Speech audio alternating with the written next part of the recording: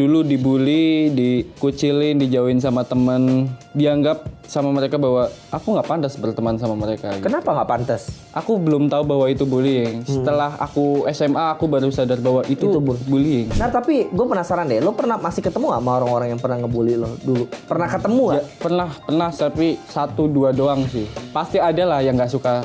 Kita nggak bisa menuntut orang lain, semua orang suka sama kita kan. Dan kita juga nggak harus suka sama orang lain kan. Aku lebih kasihan ke bapaknya sih. Bapaknya si artis itu, iya, impactnya.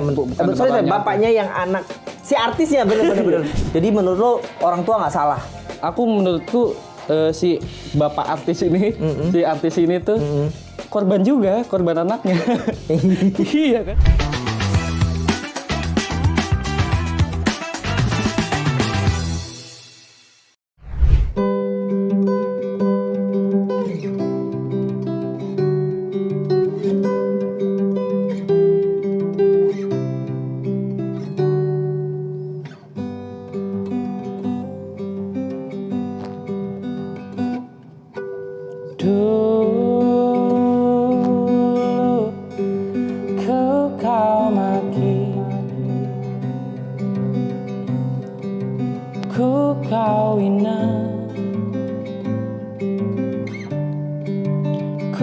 Kau benci,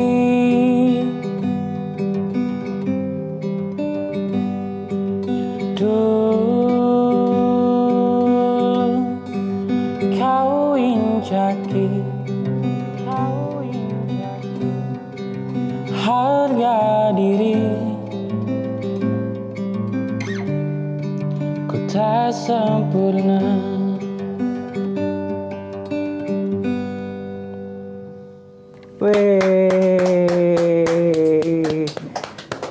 Sahabat Kompas TV, selamat datang kembali di program Kode bareng gua Rozi Effendi. Hari ini seperti biasa kita akan mengundang banyak bintang tamu. Tapi bintang tamu gua kali ini selain tadi suaranya bagus, lirik-lirik lagunya membuat gua terkesima gitu ya. Ada behind the story yang juga melatar belakangi lagunya. Jadi belakangan ini tuh banyak banget kasus-kasus bullying ceritanya Nar. Apalagi kasus bullying ini cukup mencuat karena melibatkan salah satu anak artis. Tapi gue nggak bakal bahas itu. Gue justru mau bahas terkait dengan point of view bagaimana kasus bullying ini menjadikan seorang Danar sekarang jadi seorang yang benar-benar jadi musisi gitu. Apa keterikatan lagu dulu tadi dengan, emang benar ya kata orang lagu dulu ini justru behind story-nya adalah kejadian bully yang menimpa lo. Betul. Sebenarnya lagu dulu ini lagu pembuktian sih. Lagu pembuktian. Pembuktian bahwa semua manusia pantas dipantaskan gitu. Ada apa, Nar? Apa yang terjadi sehingga akhirnya lo ngerasa gue perlu membuktikan tuh? Karena dulu mungkin aku dianggap tidak pantas bergaul dengan teman-temanku gitu. Oke. Gitu. Sehingga aku dijauhi, dikucilkan, gak punya teman. Itu waktu sekolah lah gitu. Waktu SMP. Gak perlu disebut SMP-nya karena kesebut ya. Kesebut gitu. Nanti bisa ditit bisa. Oke. Oh gitu. Jadi dulu dibully, dikucilin, dijauhin sama temen dan dianggap sama mereka bahwa aku nggak pantas berteman sama mereka. Gitu. Kenapa nggak pantas? Karena mungkin dari perekonomian udah beda. Oke. Terus faktor dari perekonomian itu menjadikan pergaulannya dan habitnya tuh beda juga gitu. Oke. Yeah. Jadi dianggap lu nggak setara. Betul. Ketika yang lain main Ludo King ya. Ya, saya main gundu gitu. Misal Oke. gitu. By the way lu lahir tahun berapa sih? 2003. 2003. Wah, Gen Z banget ya sebenarnya. Jadi ada story itu yang akhirnya membuat lo melahirkan sebuah lagu. Betul. Namanya Dulu. Judulnya exactly the same lagu Dulu dengan cerita lo yang dulu. Iya. Karena emang aku tuh dari dulu tuh kepengen menyampaikan dan nge-share isi kepalaku gitu, tapi aku nggak tahu caranya. Nggak tahu caranya. Ya, dan tiba-tiba menemukan cara dengan mengeluarkan sebuah karya gitu dan bisa menuangkan apa yang ada di kepalaku di karyaku gitu. Nah, tapi kalau ngomongin soal bullying ya, kita masih ngomong bully. Banyak kan orang ngomong, elah digituin doang gitu.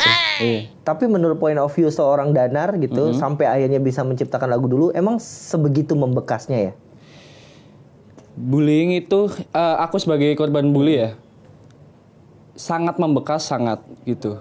Mungkin kita bisa memaafkan, kita bisa memaafkan semua, tapi kita tidak bisa melupakan semua itu gitu. Dan apa ya, bullying itu ada beberapa dampak lah gitu. Mungkin untuk aku, orang seperti aku gitu, bullying itu bisa jadi semangat baru buat aku, buat menunjukkan gimana caranya gue pantas nih. Gue dianggap pantas nih. Gue lebih tinggi dari mereka. Gue lebih baik justru dari lo yang ngebully gue. Betul. Tapi ada juga korban-korban bullying yang dia malah kena mental health ya. Kena mental health. Iya kan. Justru akhirnya terjebak pada bully-nya. Terjebak sama masa lalunya. Lalunya. Iya. Di kedepannya mungkin bisa loh, dia jiwanya keganggu gitu. Trauma yang semakin mendalam ngebikin dia takut ngelakuin sesuatu tuh bisa banget gitu. Lo merasa cukup beruntung, artinya dari kasus bully lo justru berangkat menghasilkan sebuah karya dan membuktikan bahwa lo lebih pantas dan tadi lebih baik ketimbang teman-teman yang mungkin banyak, lo mau ngomong kan, banyak orang juga terjebak dengan masa lalu bullyingnya hingga tidak bisa berbuat apa-apa gitu. Aku selalu merasa aku manusia paling beruntung di dunia sih.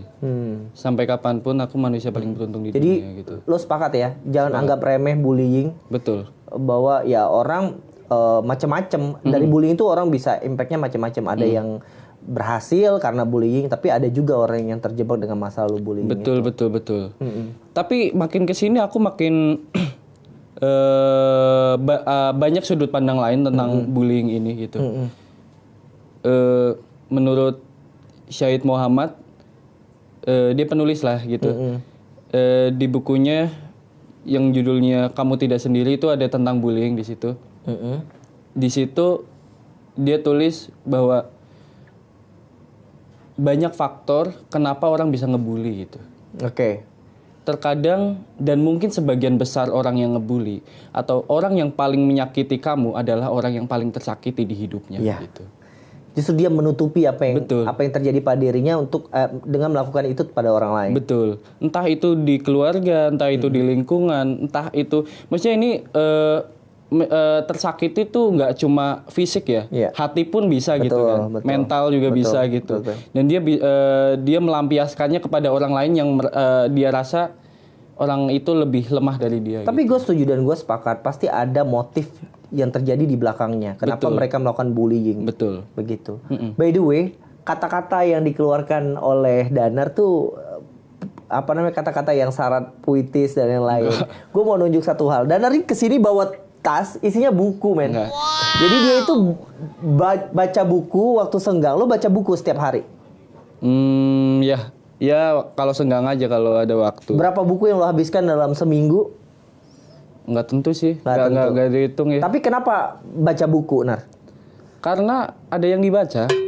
Iya kan? Ya di saat mungkin sekarang orang kan lebih condong main game, anak-anak sosial lo kan main game, terus kemudian kalau mau baca buku kan bisa lewat digital dan lain gitu.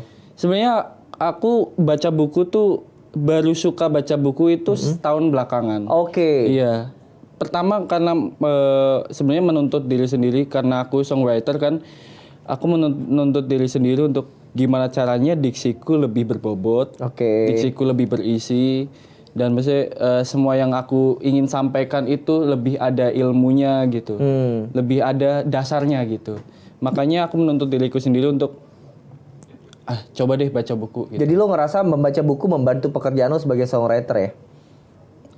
Ya, mungkin lebih ke menemukan sudut pandang baru tentang semua hal yang pernah aku alami gitu. Kayak contohnya tadi tentang bullying. Betul. Dulu aku merasa bullying itu sangat jahat dan emang nggak bisa dipungkiri emang itu sangat jahat gitu. Tapi kebanyakan orang tidak pernah melihat sisi baiknya dari si pembuli gitu. Oke. Ya ini bukan membela bullying ya, Iya, gitu. iya. Aku lagi mencoba melihat sudut pandang lain Betul, gitu. betul. Kayak tadi ternyata orang yang paling menyakitimu adalah yang paling tersakiti di hidupnya. Gitu. Jangan-jangan yang perlu diterapi justru yang ngebully kan? Iya betul, mungkin ya. Gue setuju sih, gue setuju. Jangan-jangan yang butuh konseling gitu. Heeh. Ada apa yang terjadi di balik orang yang bully? Betul. Oke. Nah kita balik lagi soal lagu. Biasanya lo berapa lama nyiptain sebuah lagu, Nar? Kalau dengan gaya style lo yang spontan tadi, terus kemudian based on pengalaman pribadi gitu. Tergantung sih sebenarnya, tergantung inspirasi datangnya, tergantung mood juga sih sebenarnya. Walaupun bekerja tergantung mood itu tidak profesional ya. Tapi mood itu sangat mempengaruhi bikin lagu juga. Tergantung kalau bikin lagu tuh, kalau disuruh aku pasti lama. Disuruh bikin lagu. Bikin lagu. Justru kalau disuruh malah lama. agak tertekan ya, nah, agak ada under pressure gitu. Betul. Jadi Aku nggak bisa ngungkapin apa yang ingin aku ungkapin, tapi aku diminta untuk ngungkapin apa yang ingin orang ungkapin gitu. Oke. Dan kalau gue lihat di konten-konten sosial media lo di Instagram, lo tuh sering banget di challenge gitu. Nar, buatin lagu dong pakai bahasa ini atau kata-kata ini gitu. Spontan. Itu beneran spontan atau udah lo Itu spontan, siapin? cuma emang yang ngerekamnya setelah bikin lagu itu, tapi nggak jauh lah, paling coba dong sebutin satu kata di off camnya, sebutin satu kata. Oh ini, terus aku bikin tek, yuk bikin videonya. Gitu. Langsung gitu. Oke. Nah, masih ada lagi sih pertanyaan gue terkait dengan kejadian bullying yang Palu. Tapi lo sebenarnya sadar nggak sih pada saat terjadinya itu, lo sadar nggak dengan gue ini dibully gitu? Mungkin karena keterbatasan ilmu waktu itu. Keterbatasan ilmu. Iya kan. Aku belum tahu istilah bullying itu seperti apa waktu itu. Oke. Aku taunya ya perundungan lah, apalah gitu. Ngejekin orang lah gitu ya. Dan dikucilkan paling yang Oke. Aku belum tahu bahwa itu bullying. Setelah aku SMA aku baru sadar bahwa itu bullying gitu. Tapi lo pernah kayak maksudnya membicarakan hal ini nggak ke keluarga atau apa gitu? Nggak pernah. Mamaku aja tahu pas aku nyanyiin di X Factor. Oke. Ya, pas aku nyanyiin di. Jadi lo memendam itu sekian lama ya? Memendam sendiri? Ya paling ke guru BK lah gitu. Guru BK paling. Tapi lo ngomong ke guru BK? Iya ngomong. Jadi tapi itu yang lo lakuin ya? Cuma kayak aku nggak dapet nggak dapet temen gitu. Aku kalau kerja kelompok nggak dapet kelompok gitu. Terus aku duduknya sendiri terus, nggak ada yang nemenin kan, satu bangku kan harusnya berdua kan. Aku sendiri terus. Kebetulan gitu. Satu kelas. Kok jahat banget sih teman-teman lo? Iya nggak tahu sih dia. Ada alasan selain itu nggak sih? Itu tanya mereka sih. Tanya mereka. Saya tidak bisa berasumsi sendiri. Benar.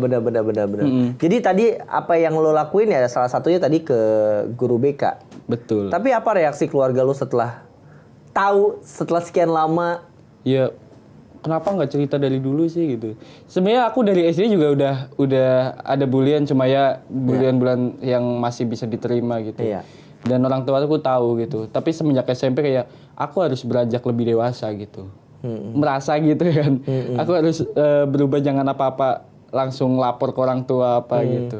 Waktu itu seperti itu. Ngomong ke orang tua cukup terlambat menurut lo. Jadi lo mau nyampein sesuatu nggak buat korban-korban atau orang yang sekarang lagi mungkin pada di posisi lo? Jadi korban. Jadi korban. Ngomong sesuatu mungkin jadikan bullying itu sebagai apa ya, dasar untuk kebangkitanmu juga. Jangan cuma jadikan bullying itu menjadi tekanan yang ngebuat kamu lebih jatuh lagi nantinya gitu. Jangan anggap itu sebagai tembok besar yang lo nggak bisa nggak bisa tabrak, terus kemudian lo terkungkung pada persoalan itu. Betul. Nah, by the way sampai sekarang lo masih ada ngerasa ada trauma-trauma nggak sih? Trauma sih udah nggak ada ya. Untuk bullying ya, trauma udah nggak ada gitu. Bahkan aku sudah bisa menghadapi netizen ya. Itu juga bullying toh. Ya kan, kalau head comment kan, ya pasti ada sih. Oh, untuk orang yang menghasilkan karya Pasti ada. manis, Pasti ada. nan puitis ini masih ada orang yang ngebully. Pasti. Wah gila sih. Ya pasti ada lah yang nggak suka. Kita nggak bisa menuntut orang lain, semua orang suka sama kita kan. Dan kita juga nggak harus suka sama orang lain kan. Betul. Iya betul. Tapi gimana sih prosesnya hingga akhir jadi Danar yang sekarang?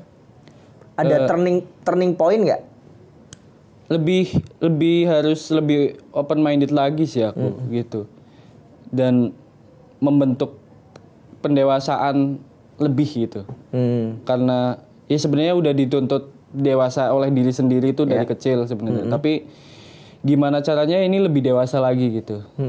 Jadi harus. Jadi lo bagaimana cara lo membuka tadi kedewasaan lo dan lebih open minded? Menyikapi dengan bijaksana, menyikapi semua hal dengan bijaksana. Kalau aku gitu. Perlu nggak sih mengikhlaskan?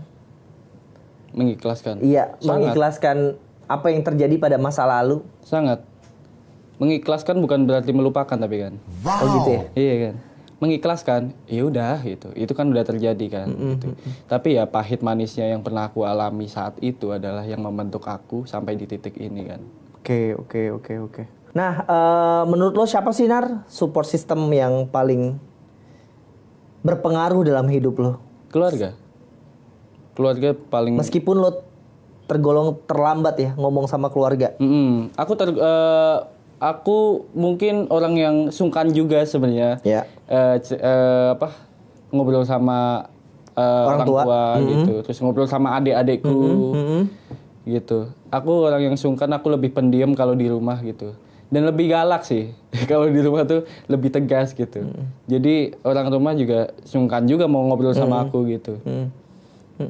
Jadi memang lo ngerasa nggak karena ketidaklancaran komunikasi terus kemudian tadi itu juga yang membuat kadang-kadang orang terkungkung dalam situasi dan kondisi bullyingnya? Iya, betul. Tapi apa ya? Nggak semua orang bisa bicara. Speak up. Iya, speak up. Dan nggak semua orang itu bisa ngobrol dengan lancarnya sama orang tua, sama teman gitu. Kadang orang-orang yang punya ketakutan berlebih itu yang bahaya. Karena mereka nggak berani ngungkapin itu semua gitu. Betul. Jadi menurut lo apa yang harus dilakukan? Apalagi ngelihat sekarang banyak banget kasus-kasus bullying ya, yang mungkin juga banyak diantaranya adalah orang-orang yang nggak berani speak up gitu. Ini sih, menurutku jangan pernah merasa kalian tuh sendiri. Karena menurutku kesendirian adalah ini aku baca juga dari si Syahid Muhammad ya. Kesendirian itu karena keinginan kita sendiri untuk selalu dibersamai gitu. Coba ulang. Kesendirian itu, rasa kesepian ya. Rasa kesepian itu adalah keinginan diri kita sendiri untuk selalu dibersamai. Oke, gue ngerti. Iya. Ketika kita ya udah kita nggak perlu dibersamai gitu, nggak perlu ada orang lain. Kita nggak merasa kesepian, nggak ada kata kesepian itu. Nggak ada kata kesepian itu. Tergantung tadi lo ngerasanya sepi apa enggak gitu. Iya betul. Kalau lo memang benar-benar suka sepi ya memang berarti nggak sepi gitu kan. Iya betul. Oke. Nah tapi gue penasaran deh, lo pernah masih ketemu gak sama orang-orang yang pernah ngebully lo dulu? Pernah ketemu gak? Ya, pernah tapi 1-2 doang sih. Kan lumayan banyak waktu itu.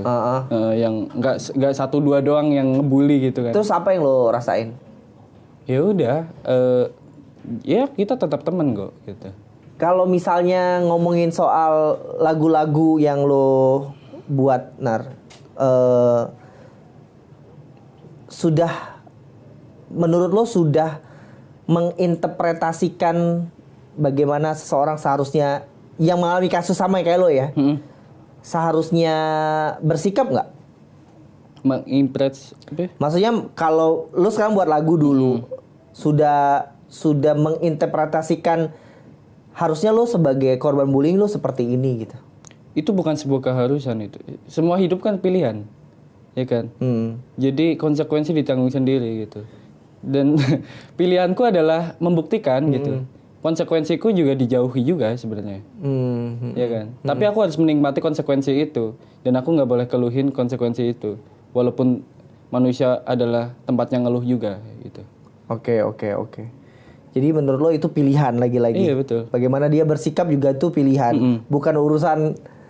Bukan urusan gua juga. Iya, oke. Urusan kalian. Oke. Jadi apa nih yang ingin lo sampaikan sekali lagi ke orang-orang yang membuli Danar dulu? Yang membuli ya? Sebenarnya perbaiki diri kalian sendiri dulu sih. Baru berdamailah dengan diri sendiri, baru menghakimi orang lain gitu. Iya kan? Jangan menghakimi tanpa isi kan? Jangan-jangan yang trouble justru kalian gitu. Iya, betul. Bukan orang yang kalian bully gitu. Betul. Sebenarnya bullying ini juga faktornya juga lingkungan juga sebenarnya.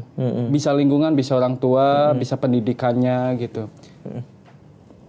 Boleh nggak sih ngebahas dikit yang anaknya artis itu? Boleh. Aku lebih kasihan ke bapaknya sih. Bapaknya si artis itu, iya, impactnya.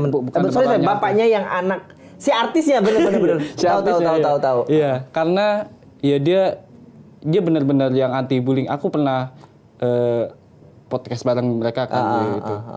Dia benar-benar yang anti sama bully gitu. Tapi emang pergaulan anaknya yang tidak bisa diatur karena umuran mereka tuh emang umuran yang mencari jati diri kan. Iya, betul. Gitu. Betul. Jadi menurut lo orang tua nggak salah? Ya orang tua udah ngedidik. Entah ngedidiknya gimana, tapi orang tua pasti udah ngedidik sebaik mungkin gitu. Nggak mungkin orang tua itu ngedidik dia menjadi orang yang jahat. Iya. Nggak mungkin kan. Orang tua tidak pernah mendidik sebagai orang yang jahat. Tapi di luar rumah udah bukan kapasitasnya buat, ya masa dia ngikutin ke manapun anaknya pergi gitu. Jadi menurut lo ya si orang tua ini udah doing the best as a parents dan concern dengan hal bullying. Cuman kita tidak bisa tahu apa yang terjadi di luar sana yang membentuk karakter anaknya ini seperti ini. Betul. Okay. Jadi lingkungan lah. Ya kita sangat boleh bergaul dengan siapa saja, tapi tidak wajib mengikuti pergaulannya kan. Iya. Gitu. Dan menurutku si bapak artis ini, si artis ini tuh korban anaknya. Iya kan? Iya. Harus nyapu bersih kelakuan anaknya gitu. Betul. Ya. Tapi sekali lagi kan kita nggak tahu apa yang terjadi dengan anaknya sehingga melakukan itu. Betul. Gitu. Kan ada juga yang isu berkembang bahwa ternyata mereka melakukan itu karena membela. Ada isu lain lah. Iya, betul. Tapi kan itu di luar konteks lagi betul. ya. Sebagai korban bully, ada nggak cara lo untuk bertahan sampai saat ini? Tips? Percaya diri, nambahin percaya diri lagi gitu, bahwa gue tuh pantas gitu. Gue tuh bukan orang yang bisa lo remehin lagi gitu. Gue tuh bukan orang yang kayak dulu lagi, yang bisa seenaknya lo injek-injek gitu. Lo ngerasa itu cukup? Ya dengan usaha-usahanya juga dong. Jangan cuma yakin nggak ada usahanya. Buktiin. Iya, betul, buktiin. Dengan karya, dengan apapun lah, kerja keras gitu. Oke. Nar, terima kasih banyak ya udah ngobrol-ngobrol di Kode. Gue setuju tadi harusnya menyikapi bullying itu 360 derajat. Betul. Tidak hanya dari sisi korbannya aja, tapi juga pelakunya. Terus kemudian dari segala kasus bullying yang terjadi harusnya kita jangan menyalahkan satu pihak, karena itu juga bisa jadi dibentuk karakternya oleh pihak luar, bukan justru pihak di internalnya. Makasih banyak sekali lagi. Thank you. Good job buat lagu-lagu lo. Semoga sukses di dunia permusikan tanah air. Amin. Semoga jawabanku bisa diterima dan aku tidak menuntut untuk kalian percaya sama aku. Udah. Oke. Terima kasih Nar. Itu aja sahabat Kompas TV. Perbincangan gue dengan Danar hari ini di Kode. Jangan lupa saksikan konten Kode lainnya. Gue Rozi Effendi, pamit. Sampai jumpa. Panjang jalan ini, ku berharap tinggi, jengkal demi jengkal, ku coba nikmati hayalan yang datang menghampiri. Sesaat ku coba untuk hilangkan harap, namun ku tetap tegak berdiri dari realita.